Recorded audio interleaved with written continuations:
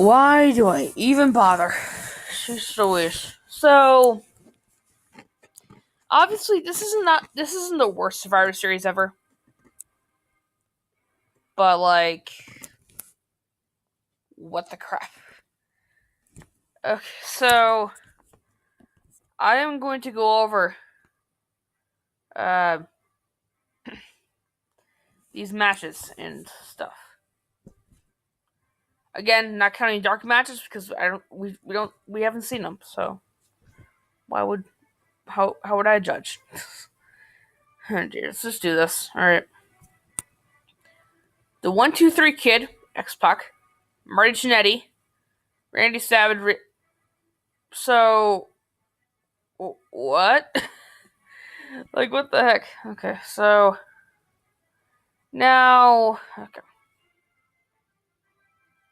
problem.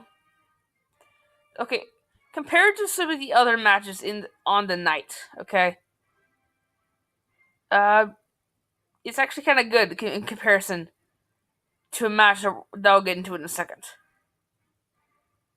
So, yeah. All right, so I actually give this one 2.5 stars. It's not great, okay. It's certainly better. I also think it's funny that Diesel was eliminated by Randy Savage. Yep. Almost a full year later, he would become WWF champion. Talk about embarrassing. Sheesh. Let's see here.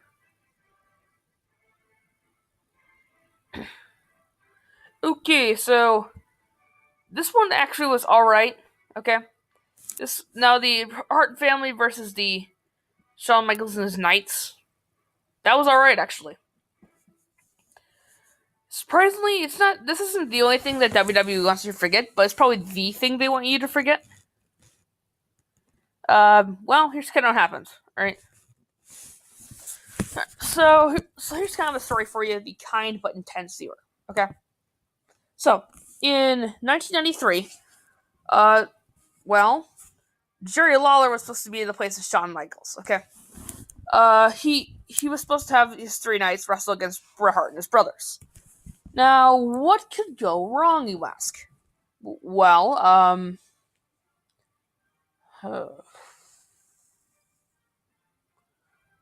Lawler was accused of raping a 15-year-old? A minor, basically. I don't know how old she was, but she was a minor. To make it short, he was pulled from the match with Shawn Michaels, and and apparently he was obviously taken to court for it, obviously.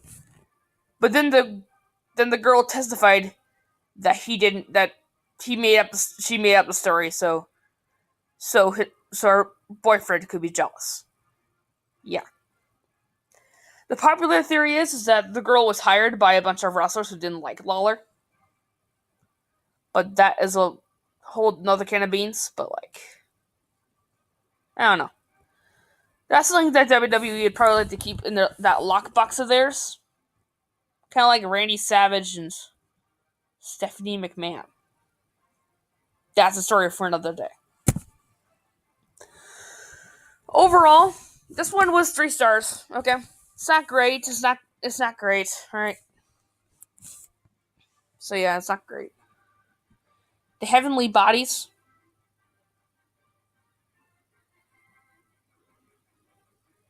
Really? Oh yeah, they actually. Okay, I remember this now. This was Smoky Mountain Wrestling, I believe. They were in a partnership with the WWF. I completely forgot about this. Yeah. There's the Rock and Roll Express. In case you don't remember them from 2K18. Yeah, the Heavenly Bodies beat them for it. On a WWF show. Get out of town. Dear. So yeah, pretty good start so far. It's not like anything can get... Oh my goodness, no.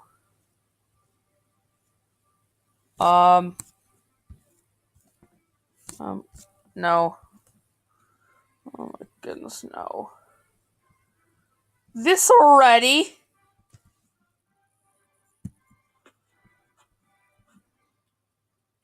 No, God! No, God, please, no! No!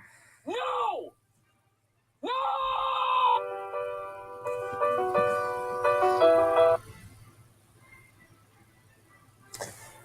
Undoubtedly one of the worst matches I've ever watched in my lifetime watching wrestling. So, here are the members that were involved. Please let me remind you, this went over the Hart family versus Shawn Michaels' Knights, which is actually really good. Randy Savage, Razor Ramon, Diesel, X-Pac, okay, Marty Jannetty, but whatever. Okay. Here are the people that were involved if you can't read. The Bushwhackers, Men on a Mission,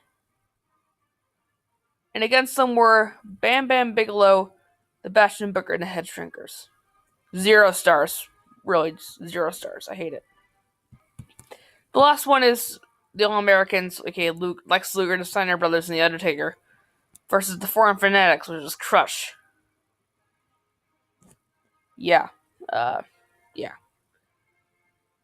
Jacques Rougeau, Ludwig Borga, and Yokozuna. Well,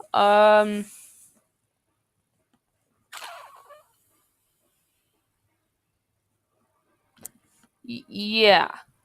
This match was better than any right it had to be. Oh my goodness.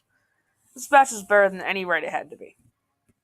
I actually give this one 2.25 stars. It's not great, but it's certainly better than average. So, yeah. Well, I hope you enjoyed. This is just things I do for you guys. I legitimately have to watch this. I legitimately had to watch this.